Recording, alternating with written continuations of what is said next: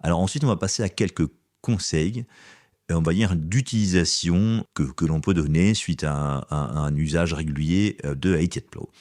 La première chose, c'est que, en premier lieu, il est primordial d'organiser ses quantités avec des folders. Pour ma part, je l'utilise avec Gelo, selon l'activité évidemment que vous aurez, ça pourra varier.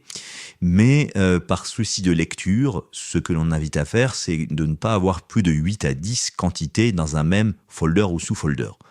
Au-delà de 8 à 10, alors chacun verra à son confort personnel, mais ça devient un petit peu laborieux de retrouver sa quantité quand on a plus de 10 quantités dans un même folder. On a un peu tendance à perdre du temps à les retrouver à chaque fois dans des événements. Donc plus que 8 à 10, de notre côté, nous déconseillons. Ensuite, donc une fois qu'on a trop de quantités, en général, on peut diviser ces quantités à travers des sous-folders.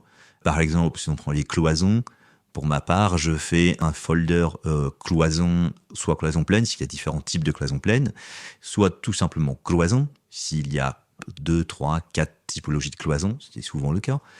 Après, je fais un folder bloc-porte. Là, on peut avoir, encore une fois, différents types de bloc-porte. Et dans ce folder bloc-porte, je vais avoir des sous-fichiers qui vont être éventuellement des bloc-porte feu, des blocs-portes vitrés. Après, voilà, ça va dépendre évidemment de la nature des blocs-portes, de leur quantité et ainsi de suite.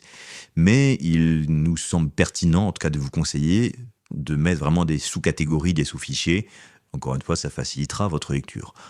À l'inverse, il ne faut pas aller trop loin dans ce principe. Encore une fois, au-delà de 2 sous-fichiers, ça devient, encore une fois, assez malaisé d'utiliser avec 3, 4, 5 sous-fichiers.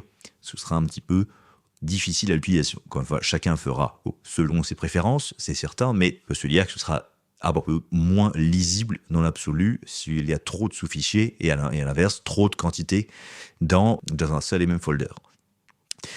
Voilà un petit peu pour les conseils d'organisation, pour tout ce qui est fichier. Vous aurez également à terme des bibliothèques ou même ce qu'on vous conseille de faire si vous avez des projets assez similaires dans le chiffrage, c'est de réutiliser des projets et non des arbres de quantité et des quantités déjà réalisées afin de gagner du temps et de ne pas avoir à tout recréer. Si vous repartez d'un projet où il n'y a aucun folder qui a été déjà constitué, usuellement, je crée, avant même de lancer mes quantités, je crée le folder dans lequel je vais lancer mes quantités. Si je vais rechercher des éléments sur les cloisons, par exemple, je vais créer mon folder cloisonnement.